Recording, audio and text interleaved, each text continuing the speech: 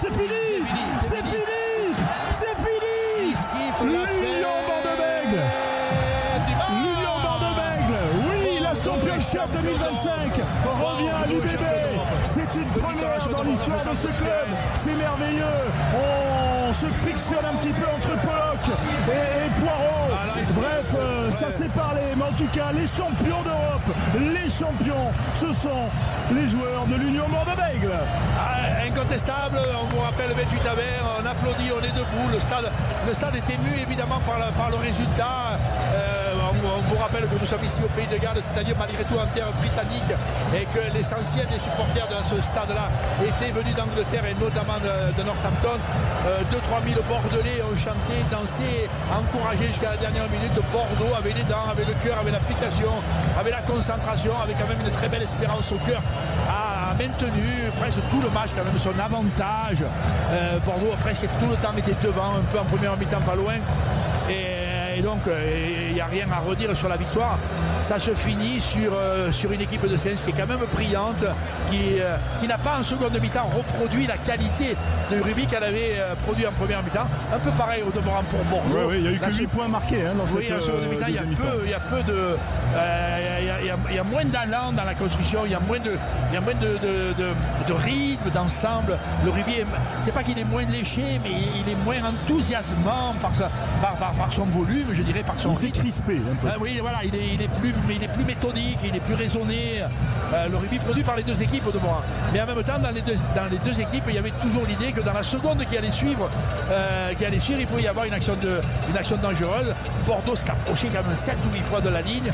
Ils ont utilisé l'arme majeure du défi robuste, du défi debout, qu'on appelle le maul ou la tortue. Et à la sortie, ça les a quand même relativement payés, ces Bordelais, puisqu'ils ont fait la différence sur cette action de jeu. La seconde mi-temps est moins, encore une fois on le répète, est moins enlevée, mais quand même Bordeaux a toujours eu la match en main.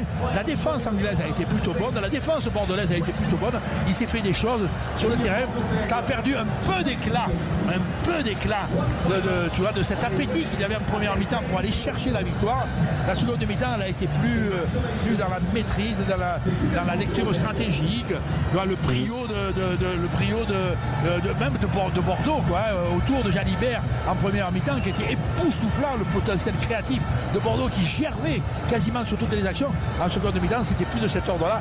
Et même les Anglais, qui ont été en première mi-temps presque tout le temps brillants, en seconde mi-temps, ils ont été malgré tout le temps à la course. Le match a été 13e titre d'un club français dans cette Champions Cup. 13e titre en 30 ans. C'est la maison du rugby français. Là.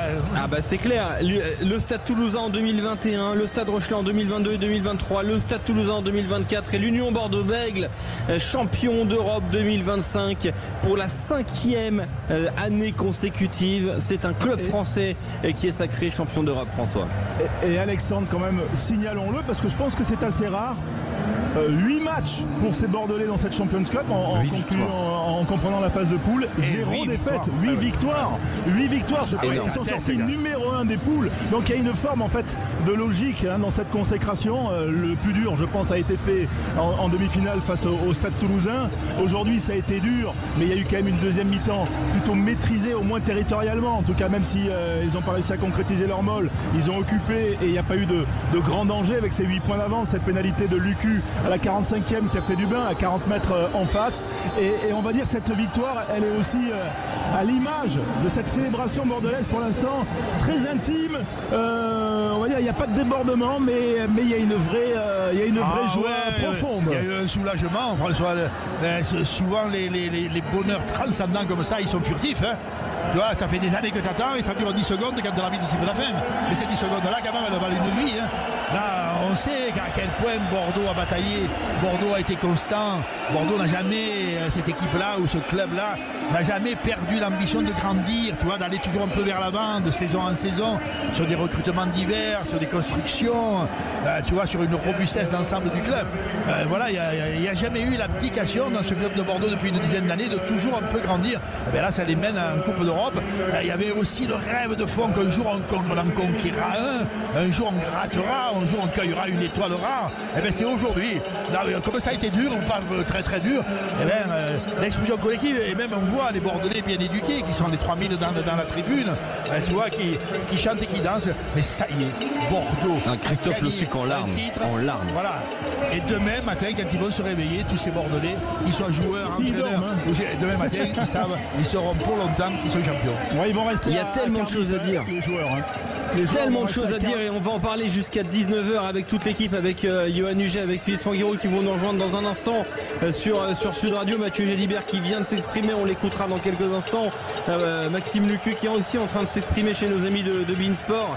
Mais François, avant de revenir en longueur évidemment sur le match, on voit énormément d'émotions pour Christophe Lossuc, pour Jefferson Poirot, pour des gens qui connaissent très bien ce que représente l'Union Bordeaux-Bègles, et un titre, un premier titre, on l'a titré nous d'ailleurs de façon assez simple, c'est le plus grand millésime de l'Union Bordeaux-Bègles déjà en 2025.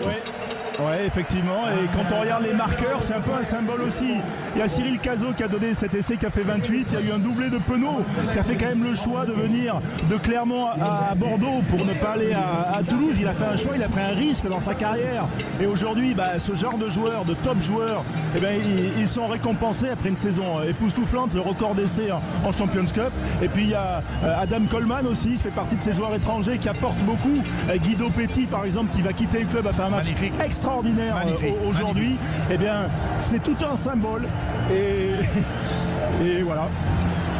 Eh oui, on peut dire François Trio, amoureux du rugby de France, et amoureux quand même de cette région bordelaise, et amoureux de ce club parce que tu y as joué, tu sais la route qui fait la sienne à ce club-là.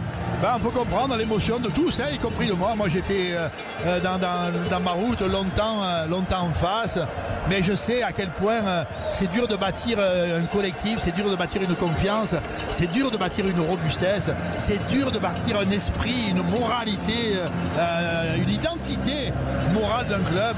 Ces Bordelais, ils y arrivent, et en même temps tout ça s'est fait à partir d'un jeu qu'ils ont construit, qu'ils ont essayé d'améliorer tout le temps. Bordeaux, c'est une équipe qui ne jouait pas comme ça il y a 7 ou 8 ans, mais qui jouait déjà pas mal. Il y a 4 ou 5 ans, ça continuait à jouer pas mal, et là maintenant on arrive à un niveau où on est capable de produire sur Bordeaux un rugby régulièrement de bon niveau, régulièrement construit, élaboré, régulièrement pensé. Ils honorent ces Bordelais en conquérant ce titre de champion d'Europe. Ils honorent le jeu de rugby français. Ouais, et ils honorent leurs supporters là, en allant les saluer, communier avec eux, et c'est vrai qu'on ne peut s'empêcher de penser à la joie du staff. Là j'aperçois Yannick Bru qui a remporté 2 fois cette compétition en tant que joueur, qui a fait 3 finales en tant que joueur. C'était sa 3e en tant qu'entraîneur. Il avait déjà eu 2 titres en tant qu'adjoint, c'est son premier en tant que manager. Là aussi saluons quand même la réussite de tout ce staff. Bien sûr Christophe Lossuc, il y a Thibaut Giroud aussi, qui a été un peu critiqué après la Coupe du Monde. Ça fait partie aussi des succès, et on en a parlé dans l'avant-match. Bien sûr Laurent Marty aujourd'hui, il est tout en haut parce que c'est pour lui. C'est clair, c'est absolument. Il est évidemment dans l'architecture de ce club. Il en est le bâtisseur numéro 1, et il en est celui qui en a pensé la stratégie à moyen terme puis à long terme. Marty est celui qui a essayé de voir vers où pouvait aller le rugby contemporain, comment il se structurait dans une société qui fait à la fois du sport spectacle et qui aime ce qui brille, mais en même temps qui respecte toujours moralement, notamment dans le champ du sport et dans le champ du rugby, qui respecte les valeurs de base, à savoir une solidarité, une fierté aux identités, même ce que toi tu ressens, François, une espèce quand même de respect, pour ne pas dire d'amour de la culture de fond. Et on va continuer d'en parler jusqu'à 19h sur Sud Radio. L'UBB est championne d'Europe, et toute l'équipe Sud Radio est ravie et émue pour ce magnifique club de l'Union Bordeaux-Bègles. Le débrief est au cœur de la mêlée. C'est dans un instant sur Sud Radio. Soyez au rendez-vous au 0826 300 300 pour le protocole exceptionnel du côté de Cardiff. Vous êtes au cœur de la mêlée sur Sud Radio, vous êtes au cœur du Millennium de Cardiff pour suivre la remise des médailles aux joueurs bordelais-béglais. On est avec François Trio, Daniel Herrero. On accueille sur Sud Radio Philippe Spanghero, Johan Huget. Salut messieurs. Salut à tous. Bonsoir messieurs. Salut Johan, salut Philippe. Et salut à vous, amoureux de rugby sur Sud Radio. 0826 300 300. L'Union Bordeaux-Bègles est championne d'Europe, 5e club français étoilé dans cette compétition reine dans notre hémisphère. François Trio, Daniel Herrero. Ouais, les joueurs là qui sont en train de monter sur le podium pour se voir remettre leur médaille, eux qui remportent un premier trophée dans l'histoire du club, 28-20 face aux Saints de Northampton. Ils ont souffert, les Bordelais, mais ils ont vaincu et ils peuvent célébrer. Ils vont soulever la coupe des champions dans quelques instants, Daniel. C'est assez mérité sur ce qu'on a vu, voilà, mais quand même chapeau au finaliste de Northampton qui a joué de bout en bout. Oui, bel événement François, finale de la Coupe d'Europe, beau lieu, beau stade, beau public et deux très belles équipes qui ne sont pas là par hasard, qui ont attesté sur l'ensemble de la phase qualificative tout leur talent. Donc voilà, les Bordelais sont allés la chercher avec talent, ils soulèvent la coupe. avec construction, attention, ils vont Jefferson hurler la joie et Maxime ultime. Lecu. Voilà, le choix, ça y est, c'est parti. On regarde le ciel et la pyrotechnie se met en feu, se met en joie, se met en feu, se met en flamme, se met en lumière. Bordeaux est champion d'Europe. Magnifique, magnifique. On reviendra après sur le détail, sur le match, sur la construction du match, sur le déroulement du match, sur cet équilibre de la première mi-temps, sur ce jeu épanoui de part et d'autre, sur cette constance, cette volonté, le rythme de construction, la sévérité des chocs pendant la première mi-temps et sur la construction plus élaborée, la maîtrise, l'occupation du terrain, la vigilance défensive, tu vois, sur la seconde mi-temps qui a donné un peu moins d'allure et qui a permis quand même à Bordeaux de prendre le devant et d'assurer comme ça vers la fin du match, j'allais dire le déroulement, par son application, sa maîtrise, son organisation.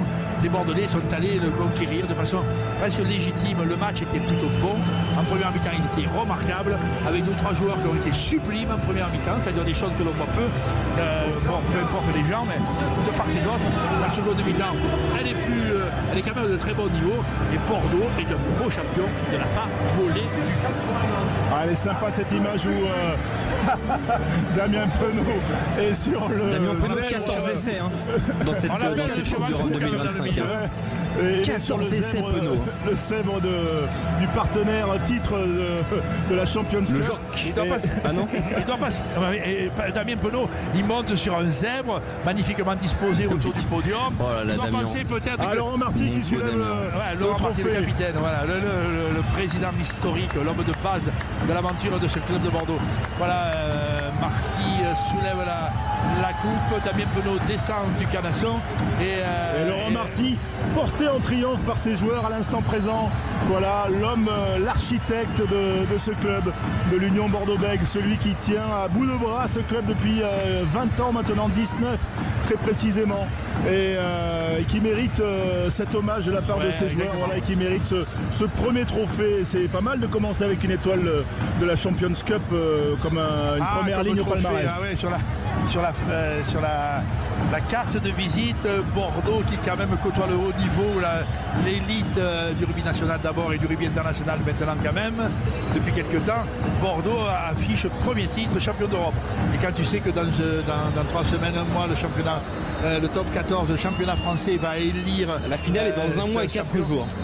La finale est quasiment dans 1 mois jour pour jour, tu fais bien de le dire, et à la sortie, et les Bordelais sont incontestables quand ils vont digérer un peu les efforts fournis aujourd'hui, ils sont quand même incontestablement sur la ligne de départ pour le titre français, quoi. Les joueurs qui vont rester ce soir à Cardiff, Alexandre, voilà, les supporters vont rentrer. Il y a eu Tu nous feras un petit reportage, alors qu'ils vont célébrer avec les supporters là dans le virage sud, on va appeler ça comme ça, comme à l'Escure. Et voilà, enfin en tout cas c'est assez sympa. Ouais. Enfin, la tribune où ils ont marqué l'essai de la victoire, celui de Cyril Cazot, enfant du club, où tout comme en tout cas 28-20, c'est la victoire. Et ils savourent et ils peuvent le savourer, ces Bordelais qui ont marqué 54 essais dans cette compétition en 8 matchs. C'est dire, 14 pour Penaud. Ouais, et ils n'ont pas connu la défaite dans cette compétition. Bravo à eux en tout cas. Et c'est vrai qu'on a la sensation, même si la finale a été magnifique, que ça s'est aussi beaucoup joué au Matmut Atlantique il y a quelques semaines contre Toulouse. La demi contre Toulouse, évidemment, elle avait un charme considérable et elle avait en même temps une tenue, une qualité potentielle, un niveau de rugby qui a été très très très très haut. La demi-finale Bordeaux-Toulouse il y a 3 semaines, elle était époustouflante de qualité, de densité, d'intensité. Elle a signé un élan en même temps pour Bordeaux. Tu vois, ce qui les a propulsés vers aujourd'hui avec, je ne sais pas dire sérénité, parce que quand tu t'approches de ce genre de match, c'est pas la prétention qui va dominer, quoi. Tu restes toujours un peu avec le doute. Mais on a senti la route bordelaise appliquée, en place, sans plainte ni complainte, sans faux fuyant, tu vois, sans excès de modestie stupide, et en même temps avec la confiance. Ils sont arrivés ici, non pas les mains en bout du guidon, mais les mains prêtes à été mises dans le cambouis, quoi. Voilà Alexandre, le tour d'honneur continue, les joueurs sont là, il y a leur famille, les enfants qui sont là, et c'est beau, un moment de communion et d'allégresse. Et oui, il y a Laurent Marty qui est en train de répondre à beIN Sport, mais justement on va écouter Mathieu Jalibert auprès de nos amis de beIN Sport il y a quelques minutes à l'issue de la rencontre. Je crois que je réalise même pas, tellement le match il a été dur, long, ça en finissait jamais, mais t'as 4 putains d'histoires, d'où on revient l'année dernière après cette finale. On avait tous la tête au fond du seau et on s'était promis qu'on reviendrait dans une des 2 compétitions. Et voilà, aujourd'hui on va le chercher, c'est exceptionnel. Assez exceptionnel effectivement. Yohann Huget, ça doit être particulier pour toi de dire bravo Bordeaux. Non, pas du tout. Hein. Quand ça a été réalisé avec ce parcours, on peut dire linéaire, il n'y a pas eu de faux pas de leur part. Il faut rendre à César ce qui appartient à César, et aujourd'hui, clairement, Bordeaux mérite amplement leur titre. Ouais, un titre qui est le fruit d'une construction, Philippe Spanghero, d'une construction de plusieurs années, et l'émotion dans la voix de Mathieu Jalibert, elle est là pour ça aussi. Hein. Mathieu Jalibert, et il montre sa fidélité au club bordelot-bègles depuis de nombreuses années, alors qu'il est tiraillé aussi de toutes parts. J'imagine que beaucoup de clubs français ont tenté de le recruter. C'est un club qui est très attractif depuis de longues années, et puis il y a des signes qui ne trompent pas quand vous avez quasiment tous les joueurs qui sur les derniers matchs sont interrogés à la fin à chaud et qui spontanément saluent leur président, disent que les victoires elles sont aussi pour lui. Ça montre à quel point le travail de Laurent Marty a été important. C'est un club très sain, ce club de l'UBB, qui s'est construit sans faire de bruit au départ, sans déclaration fracassante, mais ils ont construit leur modèle patiemment. Aujourd'hui, c'est la plus grosse affluence du monde du rugby depuis de nombreuses saisons. Ils ont commencé régulièrement à goûter aux phases finales, ils ont pris de l'expérience, ils ont réussi à digérer des revers compliqués comme celui de la finale de l'année dernière. Et aujourd'hui c'est mérité, et puis ils accrochent à leur palmarès un des plus beaux trophées, et ils changent de dimension aujourd'hui. C'est vrai que c'est intéressant que tu mentionnes que l'UBB change de dimension, et on parlera justement des enseignements pour la suite de la saison pour l'Union Bordeaux-Bègles, parce que c'est pas terminé, il restera un titre peut-être à aller chercher en top 14. Parlons du match, on va revenir un petit peu sur ce match. S'il y a un mot pour qualifier cette rencontre, Daniel, toi qui es à l'aise avec les mots et qui aime bien les utiliser, si tu n'étais contenté que d'un mot, comment tu le choisirais pour relever cette finale? Je dirais quand même l'enthousiasme de la conquête. Tu vois, ils arrivent ici quand même gorgés de passion, d'intention, de volonté, de quête de joie, de transcender la solidarité. L'enthousiasme quand même, ils les habitent très vite, qui leur donne cette première mi-temps, à mon sens, assez époustouflante. Mais j'y ajoute fatalement le mot en même temps de sérénité ou de confiance. Il faut faire gaffe. Et la seconde mi-temps, elle est de notre ordre moral, même de notre ordre stratégique, et même de notre ordre des postures des joueurs. On ne joue plus le même jeu en seconde mi-temps.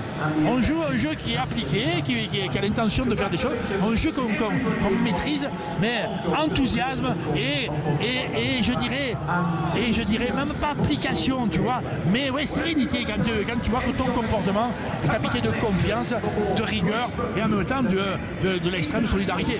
Mais l'enthousiasme, c'est lui qui fait la beauté de la finale, c'est lui qui fait la beauté du titre. Cette équipe de Bordeaux, elle est arrivée, chemise ouverte, généreuse au possible et très intentionnée dans la mais pas de chaîne à nord, hein, pas de chaîne à nord qui les déséquilibre un peu vers l'avant et qui laisse penser qu'ils ont un peu le melon un peu pesant, tu vois.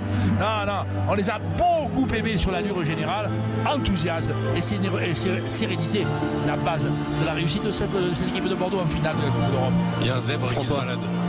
Ah oui, il y a un zèbre qui est en train de... Attention, hein, il peut s'en aller à tout moment. Un mot pour toi, François, pour qualifier ce match. C'est le mérite au sens... voilà, sur la durée, parce que c'est le fruit, et on en a déjà parlé, mais le fruit d'un long parcours, comme le disait Philippe, et puis le mérite aussi sur le match, parce que le mérite, même si Northampton a été un formidable adversaire, il le mérite sur la compétition, avec ce parcours parfait, il le mérite sur la qualité du jeu proposé, et aussi sur la maturité, c'est-à-dire ils ont appris, je pense, de l'échec en finale du top 14 l'an dernier, ils ont pris 60 points l'an dernier, ils pleuraient à Marseille. Ils ont vécu un enfer. Ils se sont relevés de ça. On les a jamais vus couiner. Il n'y a pas eu de passage à vide. Il y a eu des passages à vide dans des matchs. Mais sur la saison, ils sont repartis fiers au combat. Et pour ça, ils méritent. Et je pense qu'ils ont progressé. Ils ont progressé dans la qualité de l'effectif, mais ils ont progressé aussi dans la gestion des matchs. Et je pense que cette gestion-là, sincèrement, ils font pas un super match aujourd'hui. Ils font une bonne première mi-temps, mais ils font pas une super deuxième mi-temps. Ils loupent 5 ou 6 occasions sur ballon porté. Je pense que si on prend intrinsèquement la qualité du match, mais il le mérite pour tout ça en fait. Le mérite donc pour toi, François. Le mérite. Le mérite.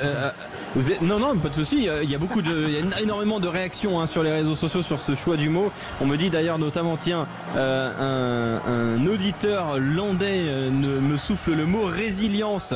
Philippe Spanghero, résilience en rapport évidemment à la finale de l'année dernière de Top 14.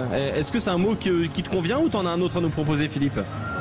Résilience, c'est un mot qui est un peu mis à toutes les sauces. Alors je comprends par rapport à la saison dernière, mais ils ont tourné la page assez vite.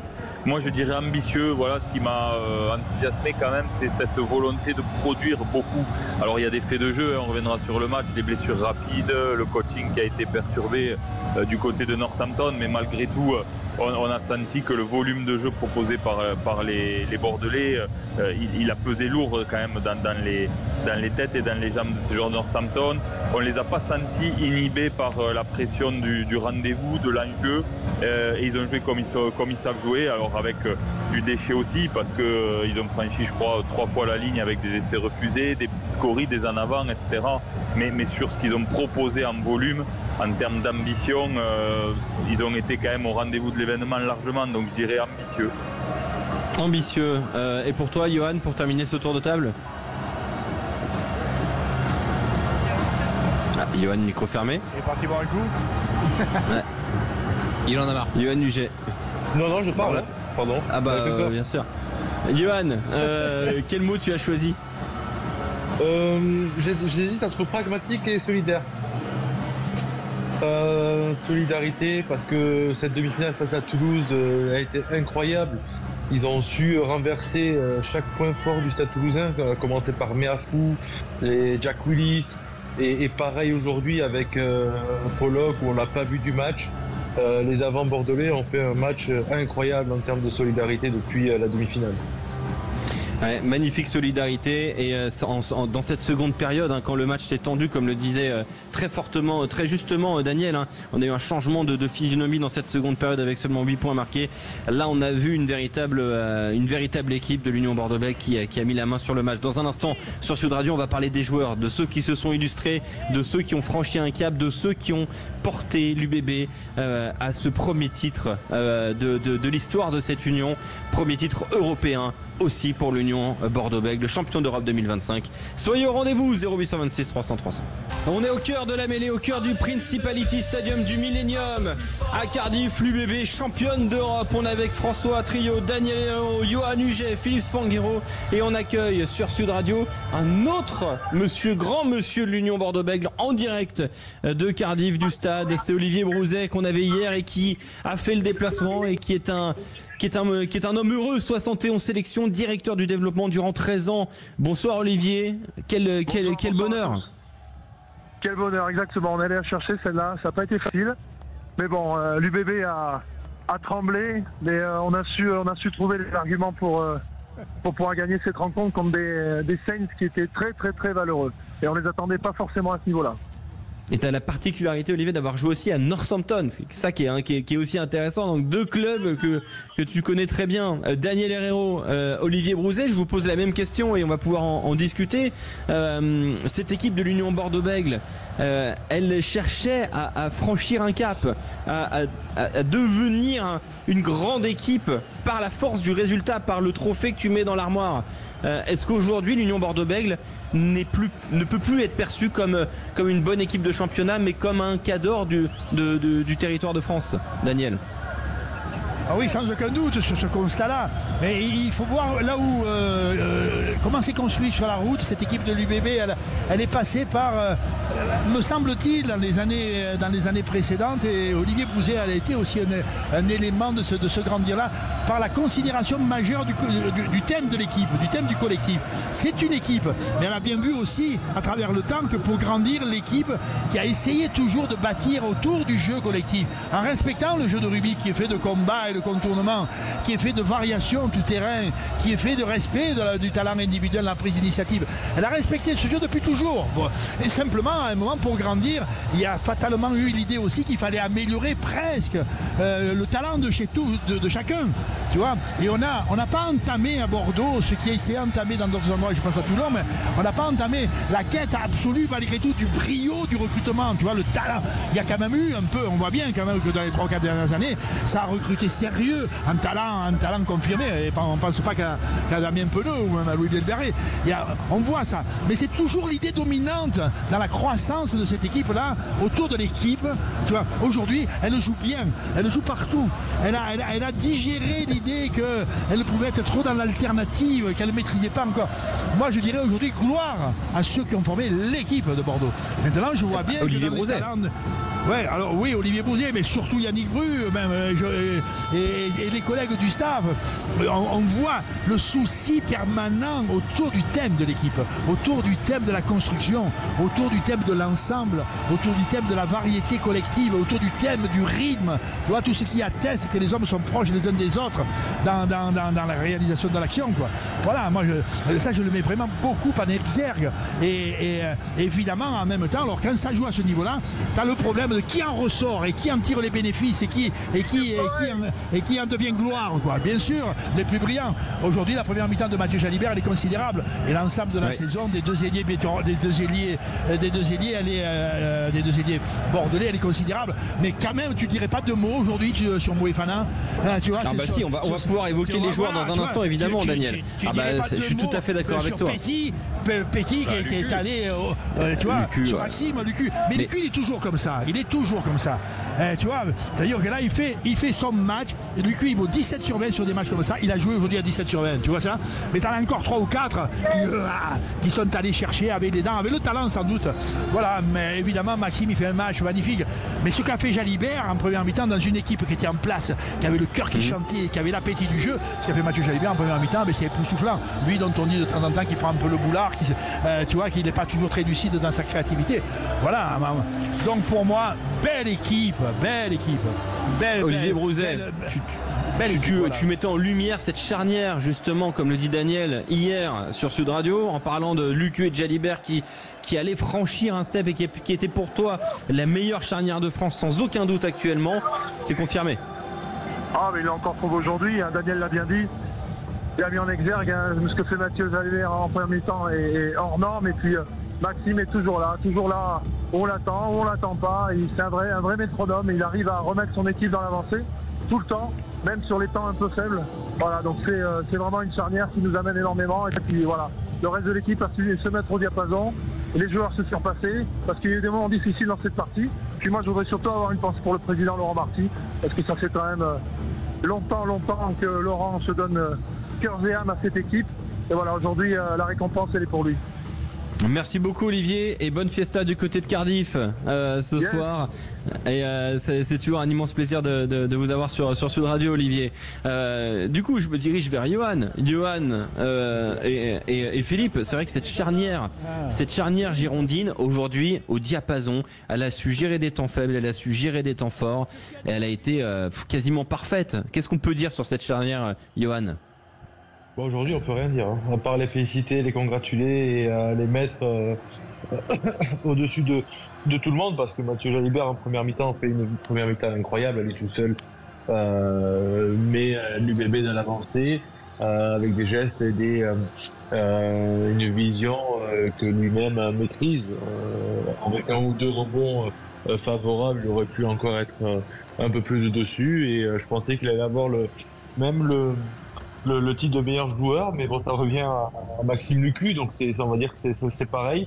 Et Maxime, fidèle à lui-même, hein, comme on le disait, il est toujours là, 17, 18 sur 20, 0 faute, excellent en défense et qui remet tout le monde dans le sens de la marche dès que la maison bordelaise commence à brûler. Philippe Spanghero. Pas grand-chose à rajouter, c'est vrai qu'elle respire la sérénité quand même, cette charnière. Elle avait pesé très, très lourd dans la victoire déjà en demi-finale contre Toulouse, et là encore aujourd'hui ils ont maîtrisé leur sujet avec un Lucu et un Jalibert vraiment omniprésents. Et c'est vrai que après, je veux pas trop m'attarder sur eux, parce que comme le disait Johan, il y a tellement rien à dire. On évoquera les autres joueurs dans un instant. Après on peut dire beaucoup, parce qu'on attendait vraiment Mathieu Jalibert sur un vrai match qui compte, on le disait, un vrai match qui compte pour aller chercher des titres, et c'est ce qu'on lui reprochait un peu, c'est que dans des grands moments, on le voyait pas trop, et là, depuis la demi et la finale, il a montré qu'il avait franchi un pas. Alors, est-ce que c'est psychologique? Je pense aussi que c'est plus psychologique que physique, mais en tout cas, il a montré à tout le monde qu'il avait franchi ce pas et qu'on pouvait compter sur lui sur des matchs qui comptaient. Ça, c'est le plus important. Et on va parler justement des autres joueurs dans un instant. Yoram Moefana, Daniel a raison, on va en parler parce qu'il y a beaucoup de choses à dire sur Yoram Moefana. Il y a beaucoup de choses à dire aussi sur Cyril Cazot, aujourd'hui qui fait un énorme match.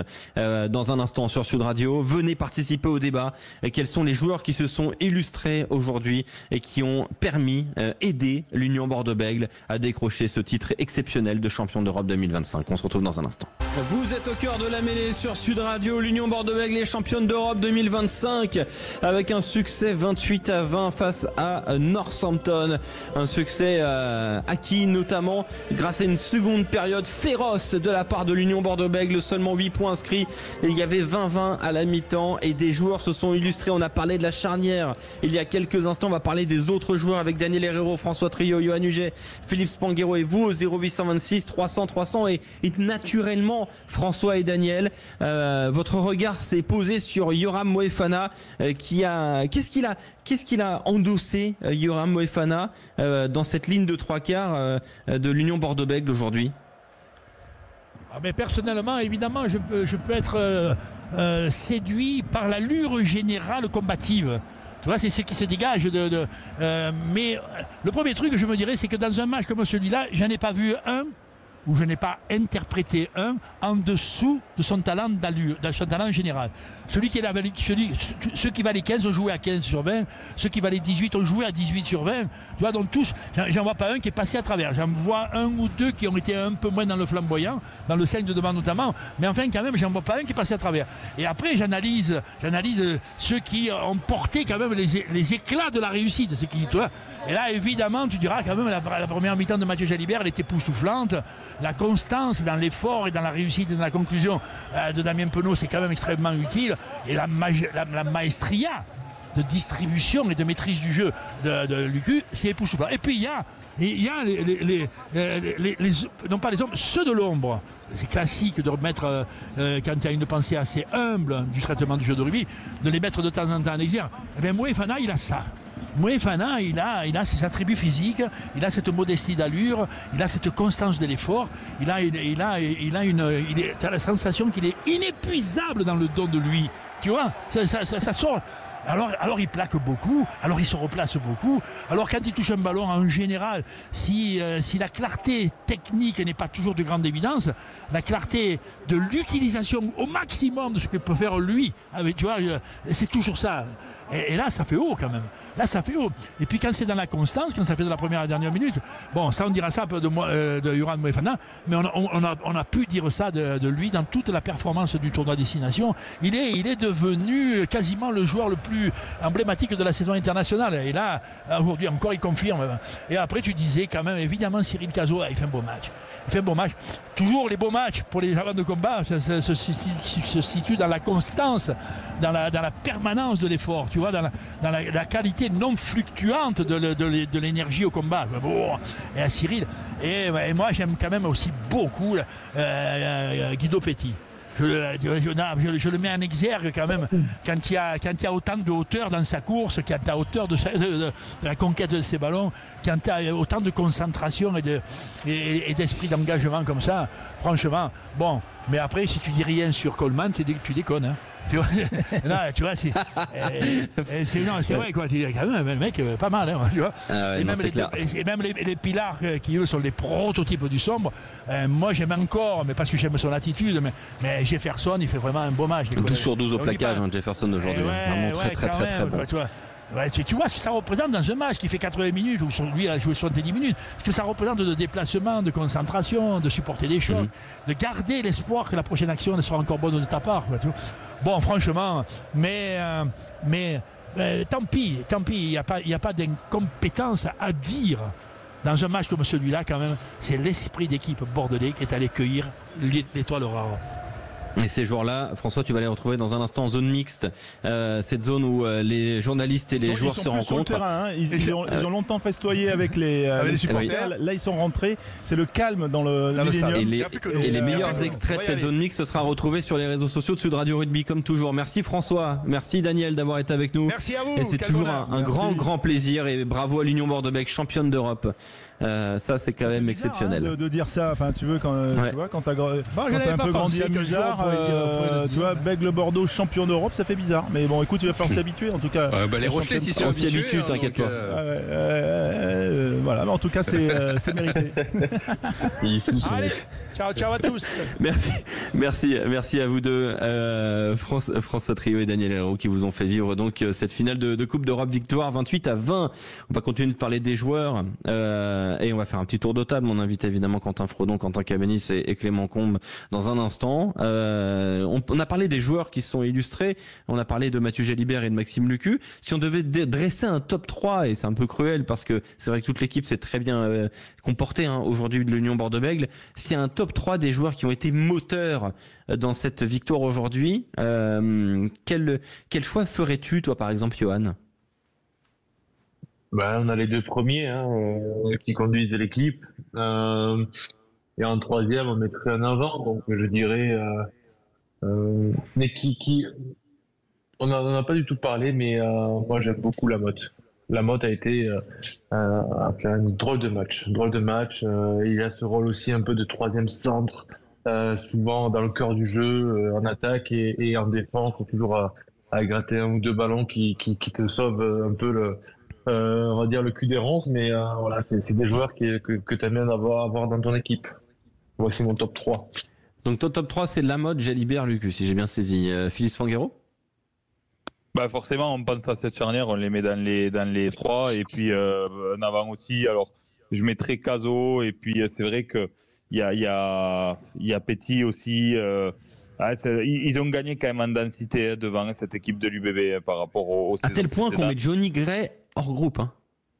Ouais, non, mais de toute façon, c'est ce qu'explique le succès aussi. Jusqu'à la saison dernière, on se posait quand même souvent la question, on avait souvent le débat de dire il y a un déséquilibre quelque part de talent, sans être péjoratif, mais entre les trois quarts et les avants de cette équipe bordelaise, et finalement, c'est devant que ça pêchait un peu. Là, ils ont gagné en densité énormément, parce qu'il y a Samou aussi, qui a fait quand même une saison énorme, et qui a beaucoup aidé cette équipe à trouver de l'avancée.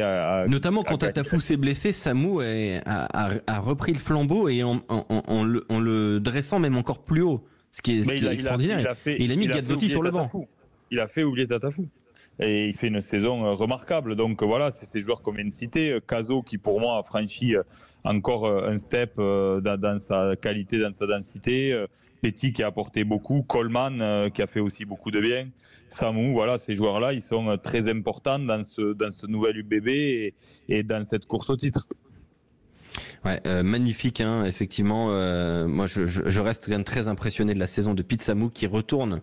Je veux dire malheureusement en Australie, hein, qui part au Waratahs et qui va avoir quand même a priori, hein, c'est ce qu'on entend, qui devrait faire des rencontres face aux Lions britanniques. Je pense que ça peut pas vraiment se refuser. Pete Samu a 33 ans, qui redeviendrait donc un joueur à part entière des Wallabies. C'est beau, hein, pour un joueur qui plutôt vers la fin de sa carrière, c'est quand même très très beau, mais il vise toujours cette Coupe du Monde 2027 en Australie justement. Quentin Cabanis, ton top 3? Eh ben moi je vais faire 3 arrières, tu vois, parce que tiens. De toute façon t'aimes pas le jeu d'avant, toi. Non bon, si.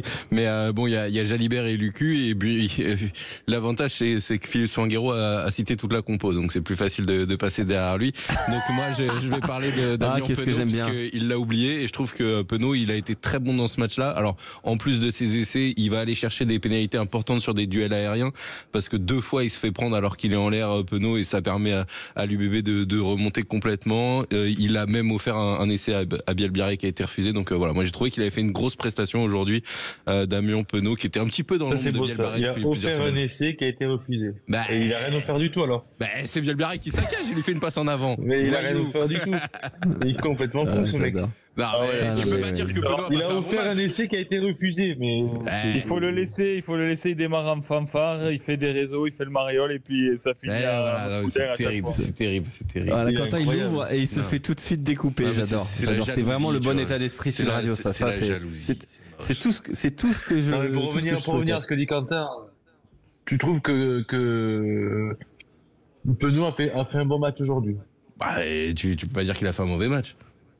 Non, alors c'était pas ma question. Je t'ai pas dit qu'il avait fait un mauvais match. Mais je te dis, dans tous les joueurs du 15 de départ ou des 23, tu trouves que Penaud a fait un bon match aujourd'hui? Oui, je trouve qu'il a fait un bon match, ouais. Ok. Voilà. J'aime beaucoup ce ok, bon écoute, d'accord, ok, très bien. Chacun a sa vision. Je vais pas contester, c'est le sien mais et toi, tu trouves qu'il a pas fait un bon match? Donc parce que quand tu sautes 2 fois au ballon à la lutte aérienne, tu fais un bon match. Tu sautes 2 fois au ballon, tu marques 2 essais. Dans ce cas-là, Yohann Huget était le meilleur joueur du monde. Dans ce cas-là, Yohann Huget était le meilleur joueur du monde. Je te jure que moi, non, mais les 2 essais, tu les marques, Quentin, avec le maillot du LBB, toi aussi. C'est pas méchant, mais bon. Non, ça c'est pas vrai. Ça c'est pas possible. Comparé aux qualités de Damien, il peut faire beaucoup mieux. On le connaît, il s'est pas proposé une fois. Après, il revient de blessure. C'est pas du Damien que l'on connaît. Donc il a été là, il a été présent, il a marqué 2 essais, oui. Mais c'est pas le Damien qu'on connaît, qui se déplace, qui fait avancer son équipe à grande enjambée. Et tu peux pas dire qu'aujourd'hui, dans tout ce qu'on a cité, tu me dis que Damien a fait un bon match. C'est pas possible. Mais bon, c'est ton choix. C'est mon choix. Mais au moins ça me permet de savoir qui tu es. C'est-à-dire une mauvaise personne. Clément Combe, quel est ton choix? Écoutez, vous avez cité tous les joueurs et je pense que passer après tout le monde, et notamment Daniel, de qui on pourrait faire 12 réels en 24 heures, c'est très compliqué. Ou Quentin, on passe après Quentin. Passer après Quentin, c'est pas évident non plus. C'est un peu plus simple. Moi, je vais avoir encore plus d'originalité. C'est un peu plus simple, il dit. Et je vais envoyer valser les règles du top 3 des joueurs. J'ai envie de parler de Yannick Dreux. Ouais, non, mais c'est trop facile ça. Non, mais en fait, on a dit des joueurs, il parle de l'entraîneur. J'en ai rien à faire. Hier, on fait en haut de l'affiche à Machoukeli. Non, mais je sais, le mec casse tout, quoi. Non, mais pardon, excusez-moi. Moi, je voulais féliciter le maire de Bordeaux. Attends, alors tu sais quoi, je vais te mettre face à tes responsabilités, Clément Combe. Dis-moi. Hier, dans le haut de l'affiche, tu nous dis il faut suivre Nika Machoukeli. On l'a suivi. Alors parlons de lui. Allons-y. Non. Allons-y, Clément. Allons-y. Alex, on s'en. Porte-les. Je me suis retenu parce qu'on va rester poli à la radio. Mais Alex, on s'en fout de l'arbitrage là. Viens, on parle des joueurs, de l'entraîneur, de la réussite. Mais non, mais on peut en parler en très positif. On peut en parler très positif. Mais non, mais là, tu fais exprès, on s'en fout de l'arbitrage. Johan, tu trouves qu'il a été catastrophique là? Bah oui, les gars, il doit Moi, sortir je le trouve rouge, pas. Moi, je trouve qu'il a été très les bien. gars, il doit sortir le rouge. Non. Arrêtez. Non, mais Il doit sortir le rouge. messieurs, Il doit sortir le rouge sur Diaby déjà. Vous savez quoi? Moi, je vais Déjà. parler, puisque apparemment vous voulez tous parler, mais moi, je vais prendre la parole. Il n'a été ni catastrophique, ni très bon. Il doit sortir le rouge. Oui, Johan, il doit sortir le rouge. Il y a 2 ans, les protocoles d'arbitrage ont changé. Pour moi, il doit y avoir rouge. On est d'accord là-dessus, Johan. Mais les protocoles d'arbitrage ont changé. Donc, par rapport aux protocoles Donc, qui ont été mis en place. il veut pas gâcher la finale. Il veut pas gâcher la finale et ne pas protéger. Johan, c'est pas ce qu'il faut comprendre. C'est pas il veut gâcher la finale ou pas. C'est il a des protocoles à respecter qui lui permettent d'établir selon certains critères si une faute mérite jaune ou rouge. C'est les protocoles qu'il faut revoir. Ce ne sont pas les décisions prises. Les décisions prises, elles sont bonnes sur le match. Non, mais les protocoles, ils sont trop subjectifs parce que une des données importantes, c'est la vitesse. Mais à quel moment il y a vitesse, à quel moment il n'y en a pas? Contact, les gars, la règle elle est simple. Contact de l'épaule sur la tête, c'est rouge. Oui, mais il y a une circonstance atténuante selon lui. Et c'est le problème. Elle est où la circonstance atténuante? Elle est où là? Mais Johan, attends, on parle de quoi là? On parle de Diaby, on parle de quoi? On parle de Diaby, on parle de Diaby, on est bien d'accord. Et puis 2 fois il le fait Diaby dans le match. Oui. Mais Johan, on est d'accord. Une qui n'est pas relevée et la deuxième. Johan, c'est pas un plaquage. Pour nous, il n'y a pas de circonstances atténuantes. On est d'accord. Le problème, c'est qu'entre-temps, chaque année, le règlement change, les protocoles changent. On en a marre. Clément, tu te trompes. Non. Ça, en demi-finale, non, je me trompe pas. Je te le dis. En demi-finale, c'est rouge. Ça, c'est pas. Là, t'essaies de me tourner. C'est le Toulousain qui parle, ça. Non, c'est pas contre Toulouse. On enlève Toulouse. N'importe quelle demi-finale, c'est rouge. Mais là, c'est une finale. Première mi-temps, dans les 20 premières minutes, le mec, il n'a pas envie de gâcher une finale. Il met jaune. Voilà, c'est simple, c'est aussi simple que ça. Moi, je suis il n'y a pas de protocole, il n'y a pas de. Mais quand il faut sortir les rouges, il les sort les rouges. Moi, je trouve juste que juste que Nika Machoukeli est pas précis sur ses gestes et que ça peut être problématique. Ça, je le regrette. Par contre, je trouve que sur l'arbitrage vidéo, il s'est très peu trompé. Et par exemple, je trouve que c'est osé, par exemple, de faire un appel à la vidéo sur une pénalité en faveur de l'UBB alors qu'il y a un en avant de Damien Penaud. Tu vois, c'est osé de le faire et de prendre en plus une bonne décision à ce moment-là du match. C'est pour ça que moi j'ai beaucoup de mal à... Déjà, c'est sa première finale à ce niveau-là, Nika Machoukeli. On sait que c'est pas le meilleur arbitre d'Europe. On sait que les meilleurs arbitres d'Europe sont anglais. C'est probablement Mathieu Carli. Parce qu'il y a un club anglais en finale. Oui, il est là parce qu'il est géorgien, qu'il a la bonne nationalité aussi. Oui, parce que en Irlande, je l'ai déjà dit hier, il y a Andrew Brace, donc voilà. En Italie, Andrea Pirdi, il n'est pas encore à ce niveau-là. Et puis les Écossais, Mike Adamson. Et les Français, les Anglais pouvaient pas. Voilà, donc à partir de là, je dis pas que c'est un choix par défaut, mais c'était peut-être le meilleur candidat. Et puis en même temps, sur l'espèce de mouvance qu'il y a, qui est pas inintéressante, de promouvoir des arbitres. Hier, Oli Davidson fait probablement une erreur sur le carton rouge. Aujourd'hui, Nika Machoukeli fait probablement une erreur. Mais est-ce que ces erreurs-là ont eu un impact global très fort dans le match? Je ne suis pas certain. Ils n'ont pas eu d'impact. Mais on parle de la santé des joueurs, les gars. On parle pas d'impact. Oui, sur la santé des joueurs, je suis d'accord. Johan, moi, je suis complètement d'accord avec toi. Pour moi, il y a rouge, mais le problème... Il y a rouge hier, il y a rouge aujourd'hui. Oui, mais complètement. Mais sauf que le problème, c'est que la vision qu'on a en tant que spectateur et que toi, tu as d'autant plus en tant qu'ancien joueur, elle se rejoint sur le fait qu'il y a un problème de réglementation. Et moi, je le redis, ce sont des protocoles mis en place. Par protocole, j'entends, est-ce que c'est un haut degré de danger? Est-ce qu'il y a des circonstances atténuantes? Est-ce qu'il y a de la vitesse, la zone de contact, etc. C'est ça un protocole qui est mis en place. C'est pour déjà ce protocole, il faut l'envoyer à tous les diffuseurs, que ce soit affiché à l'écran dans les stades, que ce soit affiché à l'écran pour les téléspectateurs, parce que personne ne le connaît ce protocole à part nous journalistes. Mais le souci, c'est qu'à mon sens, il va être à revoir, puisque match après match, on se rend compte, et alors là, grand match après grand match, puisque c'est finale après finale, on se rend compte. Enfin, ce qui se passe à Underhill hier, à aucun moment ça peut être jaune. Ce qui se passe ce soir, Mahamadou Diaby, à aucun moment ça peut être jaune. Et c'est pas normal. C'est juste que... Et c'est là où je rejoins Johan, mais j'ai envie de dire... Non, ça peut être jaune parce que d'autant plus qu'il y a un chaos. Mais il y a un chaos, il n'y a pas de plaquage, il y a une épaule qui est envoyée directement dans la tête et il n'y a aucun effort de se baisser. À partir de ce moment-là, c'est rouge, c'est clair. Mais le problème... Et la circonstance atténuante, elle est où alors? Mais il n'y en a pas, Johan. Johan, il n'y en a pas. Ah non, d'accord. Et tu me dis... On va clore sur l'arbitrage. J'avais la question sur Buros, moi, sur la première action. Où il n'y a rien. Oui, il y a pas grand-chose. Non, mais par contre, j'ai une dernière question à vous poser et je vais m'adresser à un Toulousain, Yoann Huget, un autre aussi, Philippe Spanghero. Est-ce que l'Union Bordeaux-Bègles est favorite désormais pour le Brennus? Oh non, pas du tout. Comment ça, non pas du tout? Comment ça, non pas du tout? Bah, c'est pas parce que tu es champion d'Europe que obligatoirement tu es. Ah bah t'as renforcé un aspect mental quand même, non? Mais favoris, un aspect mental, mais il y a aussi l'aspect physique qui va rentrer en jeu. Comment ils vont récupérer, comment ils vont digérer. Voilà, c'est leur premier titre. On l'a vu, hein. Alors peut-être arriver en finale parce qu'ils vont peut-être se qualifier pour les demi-finales. Et encore, qu'il va falloir aller à Toulon, il va falloir recevoir Vannes qui vont venir jouer le maintien. Attends. Il peut y avoir de favoris. Moi aujourd'hui, j'estime que l'Union Bordeaux-Bègles a autant de chances de gagner le Brennus que le Stade Toulousain. Ah non, mais c'est pas des candidats. C'est que pour moi, tu vois, il y avait le Stade Toulousain, puis en dessous il y avait l'UBB. À Bordeaux alors. Ben non, je dis pas ça. Je dis juste que pour moi, ils sont à pied d'égalité désormais. Philippe Spanghero, quel est ton avis et on va basculer ensuite sur une autre séquence. Moi, je suis d'accord avec toi, Alex. Alors, c'est vrai qu'ils ne se sont pas facilité la vie avec ce passage par les barrages parce que la gestion de fin de saison, elle va quand même être compliquée. Et eux, sur le rythme. Ils sont pas en barrage encore, Philippe, hein? Non, mais enfin, ils vont y être en barrage. Ils vont être en barrage. C'est bon. Hein. Dimanche prochain, Toulon-Bordeaux-Bègles, 21h. Voilà. Là, pour le coup, ce match, il va être compliqué à aller chercher. Mais ils vont. Ok, Vannes va avoir besoin de points pour se sauver, mais quand même, enfin, l'UBB doit répondre présent s'ils jouent leur qualif.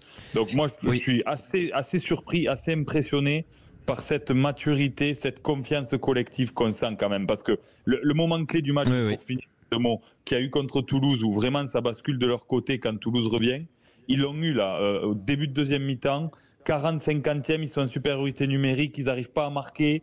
On sent que ça peut basculer à tout moment. Et là, justement, on doit basculer, Philippe. Si vous voulez faire le qui je suis, il faut s'arrêter. Il faut basculer, Philippe. La confiance collective, ils ont gagné beaucoup et ils sont aussi favoris que Toulouse au titre. On est d'accord. Merci, Philippe, de rétablir la vérité. Dans un instant, le qui je suis.